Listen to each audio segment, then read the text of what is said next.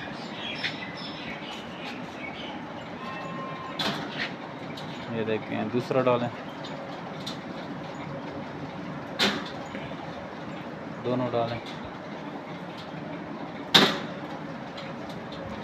और अब इसको हम पेमेंट करेंगे ऑनलाइन। जमीर बिटवान पाकिस्तान और एशिया के बाद सबसे बड़ी कंपनी है जो आपका खरगोश देकर 25 साल तक इनके बच्चे ख़रीदती है।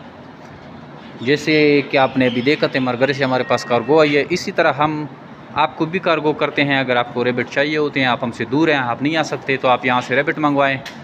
अपने शहर में आपके पास कार्गो पहुँच जाती है और फिर आप वहाँ से, जैसे आपके पास ब्रीड तैयार होती है तो आप वहाँ से कार्गो करते हैं और हम यहाँ से रिसीव करते हैं। निहायत ही आसान कारोबार है, इसमें कोई ऐसी मुश्किल टास्क नहीं है। बस जस्ट आप रेबिट को पालते हैं, इनसे ब्रीड लेते हैं। जितनी भी ब्रीड आती है वो जमीर बिटवान पाकिस्तान आपसे 26,000 रुपये एक पेयर ख़रीदती है, अगर आपका हमारे साथ फुल एग्रीमेंट चल रहा है। वैसे मीट की जो एग्रीमेंट है वो 1,000 रुपये किलो लिया जाता है। 1/2 के जो एग्रीमेंट है वो 13,000 रुपये के किलो लिया जाता है।